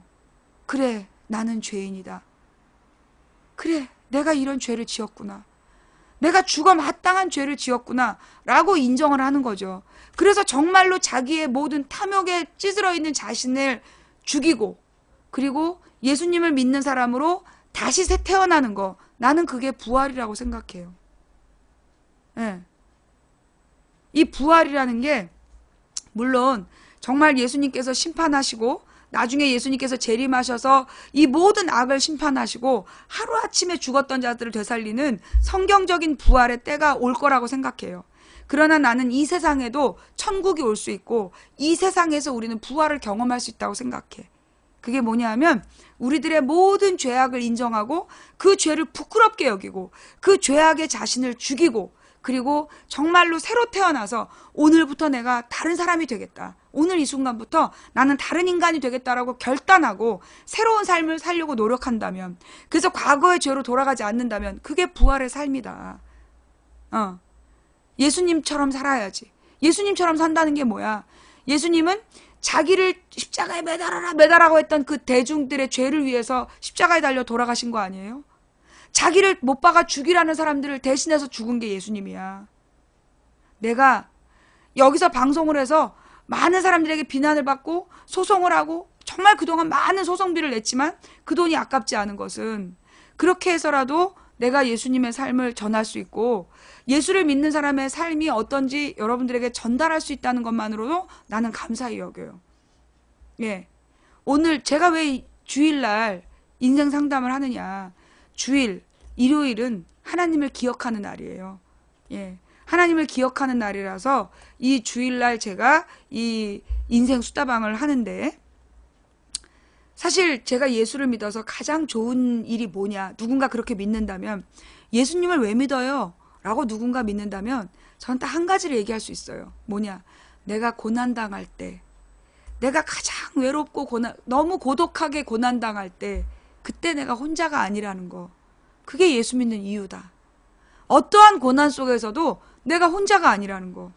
내가 예수님을 믿으면 예수님이 내 안에 찾아오셔서 매 순간 나와 함께 가신다는 거. 내가 어린 시절에 들었던 가장 감동적인 예화가 뭐냐 하면, 어떤 사람이 자기 인생을 쭉 돌아보니까 계속 발자국이 두 사람의 발자국이 보이더라는 거야. 근데 어느 순간 자기가 가장 힘들었을 때는 발자국이 하나더래. 그래서 이 사람이 하나님한테 따진 거야. 거보라고, 내가 제일 힘들 때 하나님 내 옆에 없었다고, 발자국이 하나지 않냐고. 그러자 예수님께서 하신 말씀이, 그때 내가 널 업고 걸었다. 그게 제 어린 마음에, 그게 제 중학교 때 들은 예화였어요. 근데 그게 저한테는 정말 예수님의 존재였어. 그래, 내가 가장 힘들 때 나를 업고 가시는 분이다. 그게 어떤 느낌이냐면요, 제가 그래서 감옥에서도 견딜 수 있었고, 그 국정원하고의 그 싸움을 하면서도 견딜 수 있었고, 그 수만 명한테 그 억울한 소리를 들으면서도 제가 견딜 수 있었던 건 하나님을 믿었기 때문에, 예수님이 제 안에 계셨기 때문에. 그래서 저는 지금도 방송을 해요. 시사만 하고 기독교 얘기 안 했으면 좋겠어요. 기독교 얘기를 하기 위해서 저는 시사를 하는 거예요. 예수님의 눈으로 세상을 깨우기 위해서. 니네가 이대로 가면 인간의 탐욕은, 슬라브의 지적을 비롯한 많은 지식인들이 인류는 공멸할 거다. 지금 이대로 가면 인류는 공멸할 수밖에 없어. 이 신자유주의 체제로 계속 가면 이 탐욕이 전쟁을 일으켜서 인류는 모두 죽을 수밖에 없어. 그래서 하나님께서 죽을 수밖에 없는 길로 달려가는 여러분에게 그 길이 아닌 다른 길, 제3의 길, 상생의 길을 보여주시기 위해서 망치부인을 만드셨고, 난 하나님의 명령에 따라 이 시사방송을 통해서 여러분들에게 올바른 길을 전도하는 거예요. 듣고 싶지 않으면 나가시면 돼요. 아시겠습니까? 골라 듣지 마세요. 당신이 시사만 듣고 이 인생수다방을 안 듣기 때문에 망치부인에 대한 온전한 이해를 못하는 거야. 왜 당신이 시사를 들으면서 공허해지느냐 하면, 당신의 시사에는 영혼이 없기 때문이야. 시사라는 게 뭐야? 요즘 이야기야. 요즘 이야기는 오늘 임재하신 하나님 이야기를 하고 있는데, 자, 여러분 지금 아마 이 시간에 망치부인 방송을 보고 계시는 분들은 대부분 망치부인의 하나님을 인정하는 분들일 거예요. 그죠? 망치부인을 통해서 하나님이 어떻게 역사하신지 보셨죠? 망치부인 패소라고 네이버에서 그렇게 지랄할 때, 그때 하나님께서 1,800만 원 저작권을 꽂아주시면서 일어서게 하시고, 정말로 시련 가운데에서 답을 주시면서 정말 용감하게 우리 시청자들에게 시련을 정말 절망을 희망으로 바꾸는 많은 과정을 하나님의 역사하심으로 여러분들께 목격하게 하셨잖아요. 광주에서 못 들어갈까요 돌아다니는데 결국 잡아서 들어가셔서 그 여러분들을 보게 하신 거. 어떤 분이 그러시더라고요. 자기는 모태신앙인데 하나님을 못 느꼈대. 근데 망치부인 방송을 들으면서 이게 하나님이구나라고 느끼신다고. 그런 분들이 참 많으시더라고요. 예. 이 15년부터 모태신앙이고 오랫동안 교회를 다녔는데 하나님을 못 느꼈던 사람들, 그리고 옛날에 교회를 다니다 그만둔 사람들이 그 망치부인을 통해서 하나님을 느낀다고. 그리고 본인은 다른 종교를 갖고 있어. 불교이기도 하고 무교이기도 하고. 그런데 이 사람들도 하나님의 존재를 느끼겠다고. 있는 게 분명한 것 같다. 저는 그걸로 만족해요. 예. 하나님을 믿든 안 믿든 건 여러분의 선택이에요. 여러분이 하나님을 믿고 예수님을 따라 살면서 느낄 수 있는 하나님의 평안, 세상이 알 수 없는 평안, 본 적도 들은 적도 상상할 수도 없는 그 평안은 하나님을 믿는 자만이 느끼는 평안이야. 지금 여러분들 저한테 많은 분들이 인생상담 보내셨어요. 근데 그 인생상담으로 망치부인이 줄 수 있는 답은 너무나 하찮아요. 근데 여러분이 정말 뜨겁게 하나님을 만나신다면 그 하나님께서 여러분의 삶에 그 뜨거운 위로를 주시고 모든 상황에 맞는 답을 주실 거예요. 하나님을 믿으라는 말씀, 그게 제가 여러분들께 드리는 인생 수다방의 핵심입니다. 자, 오늘의 인생 수다방은, 네. 자, 지금부터 인생 상담 시작할게요.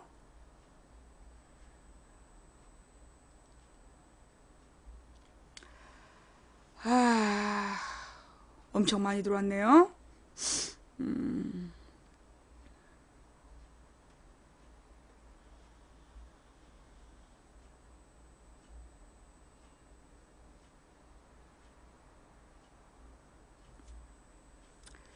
자,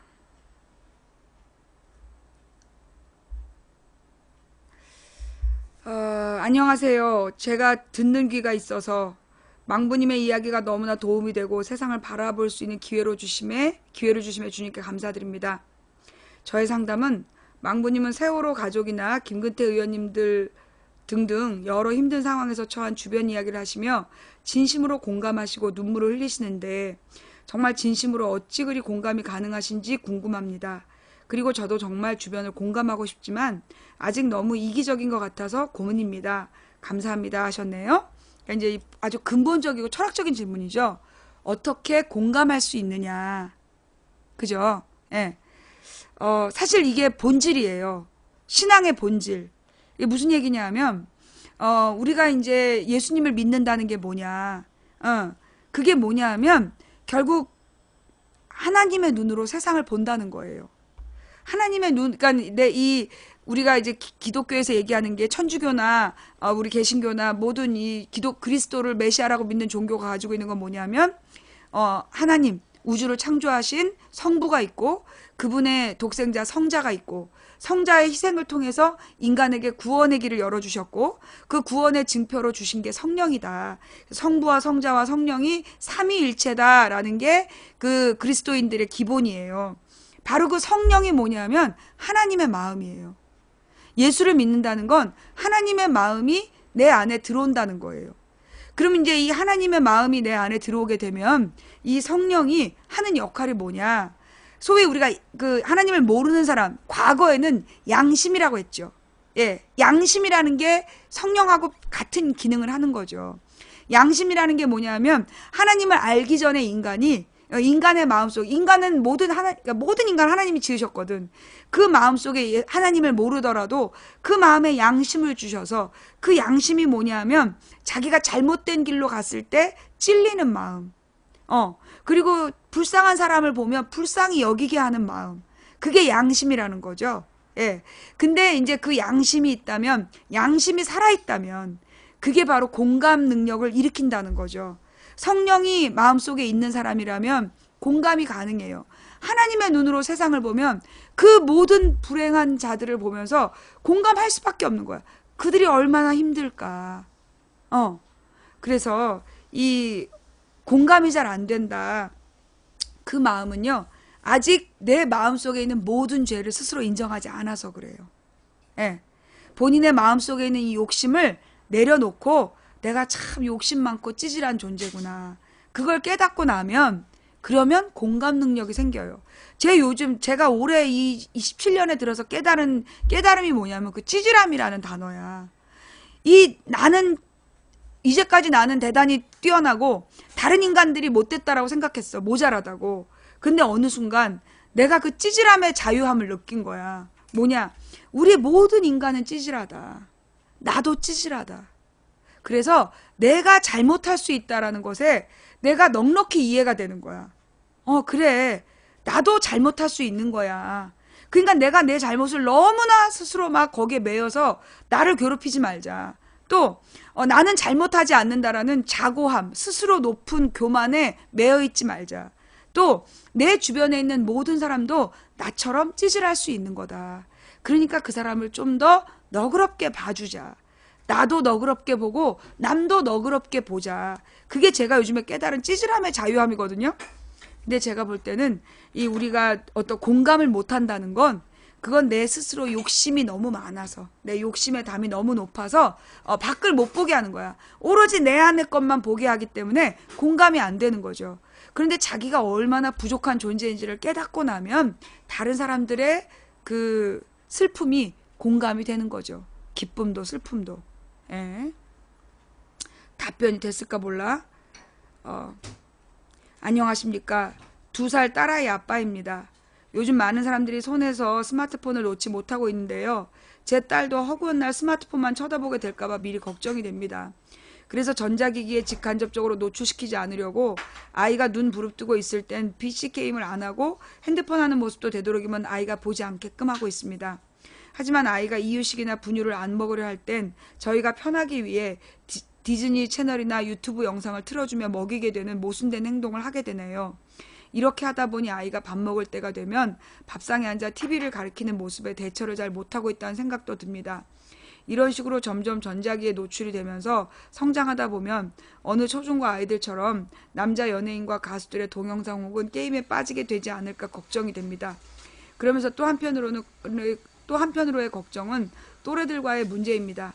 아이들이 스마트폰을 보고 그에 대한 공유를 하며 어울릴 텐데 제 딸만 스마트폰을 못 쥐게 하면 또래들과 잘 어울리지 못하는 건 아닐지 부모를 원망하진 않을지 걱정이 됩니다. 전자기기에 노출이 많은 이 시대의 아이를 어떻게 교육시키고 키우는 것이 현명한 방법일지 조언 부탁드립니다. 라고 하셨는데요. 저도 이거 똑같은 고민이에요. 이 고민 안 하는 사람 없잖아. 부모로서, 어린아이를 키우는 부모로서 이런 고민 안 하는 분들이 없어요. 그죠? 예. 근데, 일단 기본적으로는 우리가 가져야 될 자세가 뭐냐면, 우리의 문화의 문제잖아요. 예. 이 다른 나라는 애들이 아예 법적으로 그 스마트폰이 금지되어 있어요. 그 유럽의 몇몇 나라는 13세 이하의 아이들이 휴대폰 소지가 금지되어 있고, 예. 그렇게 이제 법으로 전자기기를 금지해 놓은 나라들도 있어요. 근데 우리나라는 그렇지 못하잖아요. 예. 그러지 못하기 때문에 이 스마트폰을 어려서부터 우리가 접할 수밖에 없어. 근데, 예. 왜냐하면 그 스마트폰의 전자파가 뇌종양을 일으킨다라는 유럽의 보고가 있었어. 그래서 유럽의 몇몇 나라에서는 어린아이들에게 아예 스마트폰을 금지시켜놨어요. 예. 그래서 그런 나라들이 아니라면 지금 우리 사회 같은 경우에는 스마트폰을 애들이 놓지 않을 수가 없어요. 그러니까 그걸 또 격리시킬 수가 없고. 그러니까 저도 우리 딸한테 카톡이 안 되는 폰을 사줬는데 그만 얘가 이제 고등학교에 들어가서 동아리장이 됐는데 동아리장은 전부 다 카톡으로 그 동아리를 운영을 하는 거야. 그래서 어쩔 수 없이 다시 스마트폰을 구해줬어요. 그런 것처럼 지금 문화적으로 우리가 스마트폰을 통제할 수 없는 문화예요. 근데 보니까 이 스마트폰이라는 게 아이들이 어느 때 주로 매달리느냐, 이게 뭐냐면 결국 사랑의 문제예요. 옛날에도요, 옛날에 우리 시대에도 무슨 그 많은 오락기도 있고 그랬었어요. 근데 오락을 안 하는 사람들도 있었단 말이야. 언제나 세상 사람들을 혹하게 하는 그 빠지게 하고 중독시키는 놀이문화는 늘 있었어요. 고스톱이라든가 뭐 여러 가지가 있었잖아요. 근데 그런 걸 하는 사람이 있고 안 하는 사람이 있었어요. 근데 하는 사람들의 특징이 뭐냐 하면 자존감이 없는 사람들, 애정결핍이나 자존감이 없는 사람들이 그런 놀이문화에 자기를 내맡겨요. 예. 그리고 그런 놀이문화를 이렇게 어울리면서 뭐라 그러나 자기가 혼자 있는 걸 두려워하는 거야. 혼자 있는 게 두렵기 때문에 끊임없이 그런 놀이문화에 매달리고 친구들한테 의존하고, 그러면서 그 친구들하고 의존하면서도 계속 공허함을 느끼는 거야. 그래서 점점 더 자극적인 걸 찾다가 결국 놀이문화의 끝은 마약이잖아요. 얼마 전에도 마약 때문에 우리나라 그 어느 유명 연예인이 발칵 뒤집어졌는데, 그런 식으로, 예, 그런 식으로 결국은 이 스마트폰에 아이들이 막 매달리는 거, 여러분의 자녀가 스마트폰에 지나치게 집중한다면 그거 애정결핍이에요. 예. 부모들이 계속 스마트폰을 그 먹을 때 켜주고 이러니까 애들이 스마트폰에 빠지는 거예요. 예, 뭐 먹을 때 스마트폰 켜주는 거, 그거는 TV나 그 스마트폰을 뭐 먹을 때 켜주는 거는 정말 나쁜 습관이야.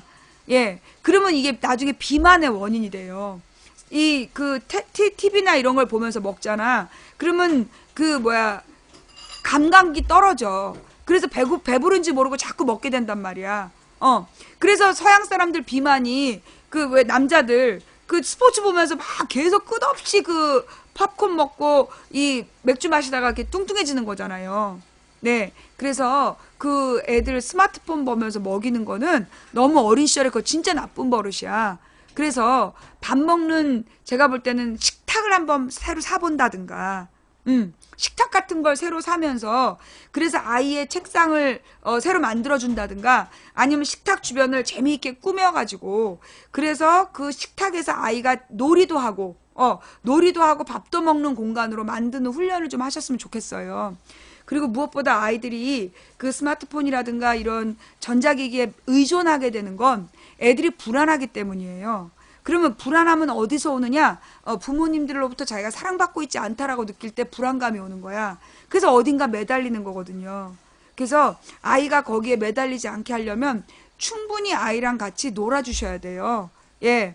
충분히 아이들, 그러니까 애가 배가 안 고프니까 안 먹는 거야. 그러니까 애를 배고프게 막 데리고 뛰어다니면서 놀게 해. 그리고 나서 배고플 때 먹이는 거예요. 예. 그래서 특히 우리 딸은 어렸을 때 정말 아빠가 많이 데리고 다녔어. 우리 딸이 오늘도 자기 옛날 얘기를 하면서 자기 어렸을 때 정말 피부가 까맸다고.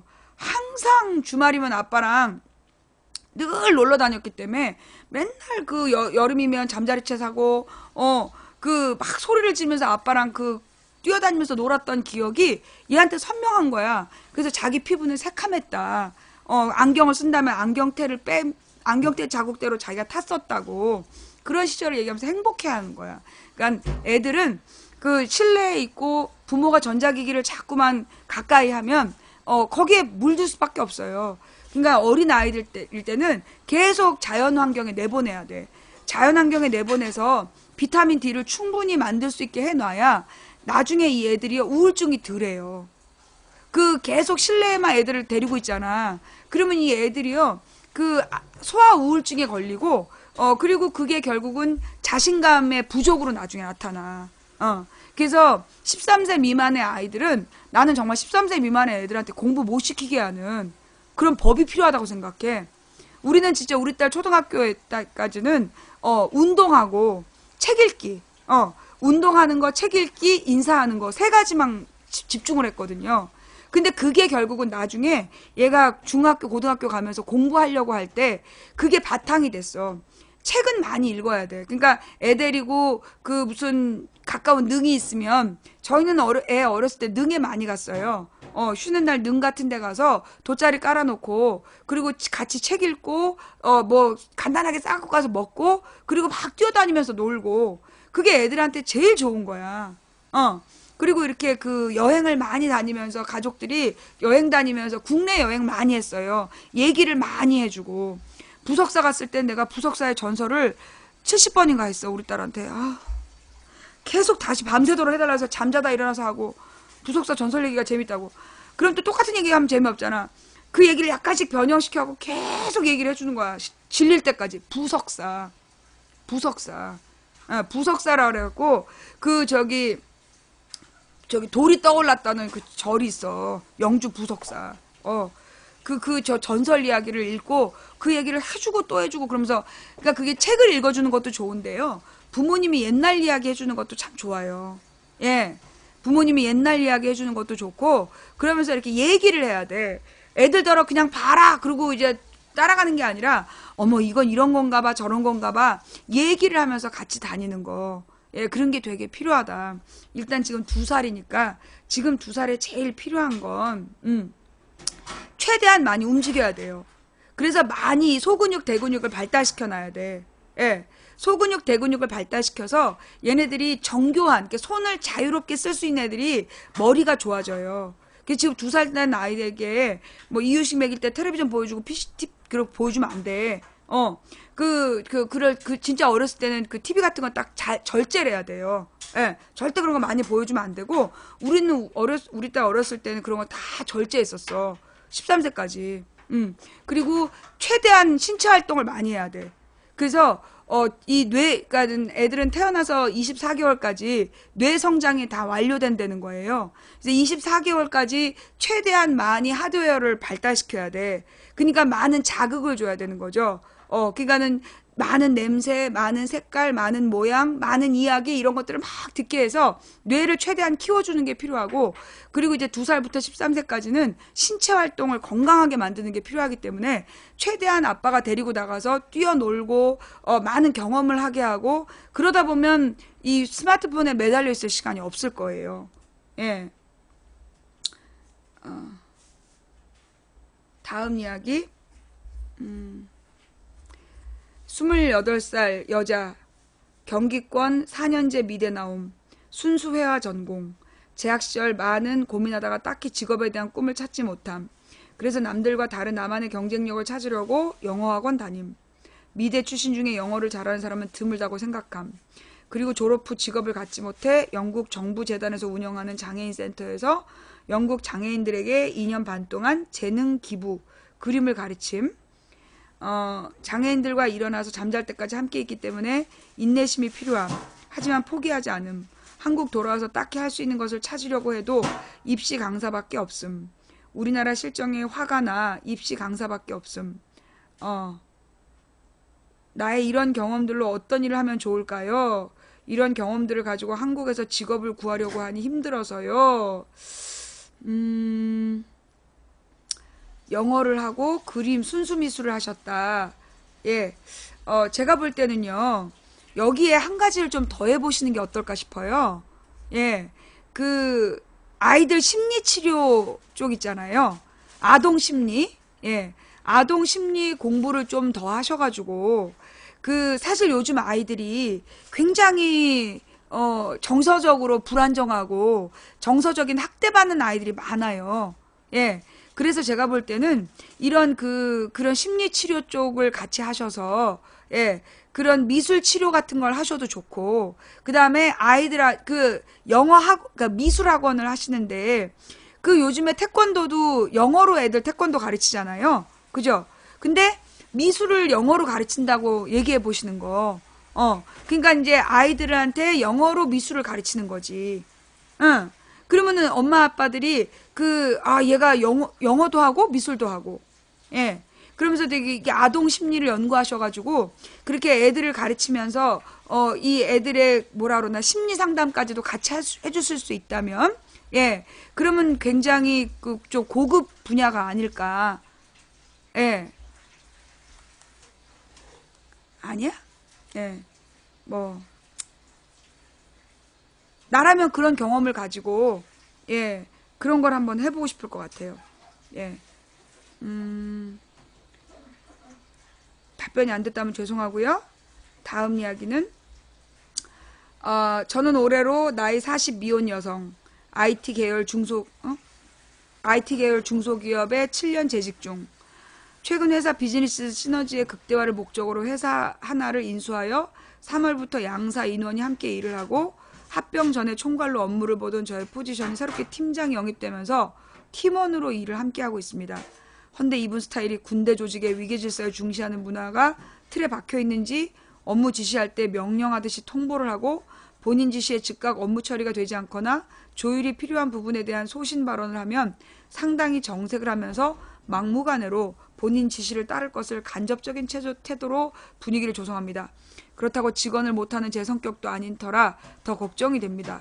최근 내부적인 이슈로 믿었던 분에게 인간적인 실망을 한 상태라 사람을 중시하지 않는 회사라는 깨달음과 일할 명분도 의미부여도 잃은 상태인데, 나이 때문에 아직도 힘든 사회적인 구조와 미혼인 저의 경제적인 부담감으로 그만두지 못하고 있는 실정입니다. 계속 이렇게 스트레스를 받으면서 일을 하는 게 맞을지 판단이 서지 않아 하루에도 수백 번 마인드 컨트롤하면서 노력을 하고 있습니다. 저와의 싸움을 하고 있는 상태랄까요. 심적으로 많이 고단한 싸움인데 저에게 가감없는 충고와 현명한 지혜를 주세요. 라고 하셨네요. 예. 자, 요즘에 이런 분들 많죠. 그죠? 지금 딱 40대 이분들. 예, 그 당시 이제 90년대 중반에 컴퓨터 공학과가 유행을 하면서, 그리고 이제 이 IT 계열로 뛰어들었던 많은 분들이 지금 이제 이와 비슷한 상황 속에서 고민이 되시겠죠. 거기다 여자 40세라면 회사에서도 굉장히 좀 부담스러운 존재가 되는 나이죠. 그죠? 예.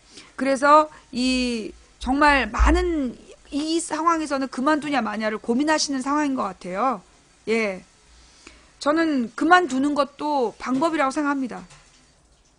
그런데 그만두는 건 언제든 할 수 있잖아요. 그죠?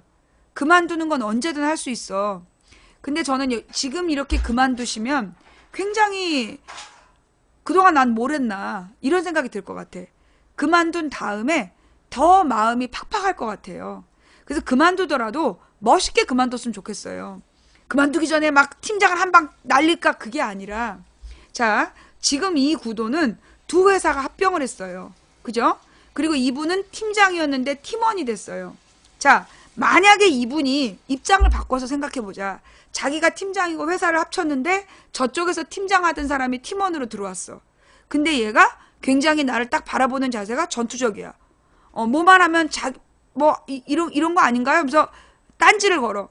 자, 그럼 본인은 어떻게 할 것 같아요? 아, 네, 그러세요. 라고 따라갈까요? 아니면 길을 죽이려고 할까요? 전 마찬가지라고 생각해요. 예. 우리가 이럴 때 필요한 게 뭐냐면 역지사지다. 본인이 팀장이 되고 저 사람이 팀원이 됐을 때 나는 어땠을까? 라고 생각해 보는 거. 그래서 정말 본인이 내가 이 팀의 팀장이다. 그리고 저 사람이 팀원이 됐을 때 나라면 어떻게 하겠다라는 자세로 내가 저 사람을 대해보자. 그러니까 내가 먼저 굽혀주고, 예. 먼저 중요한 건 이 팀이 성공해야 되잖아요?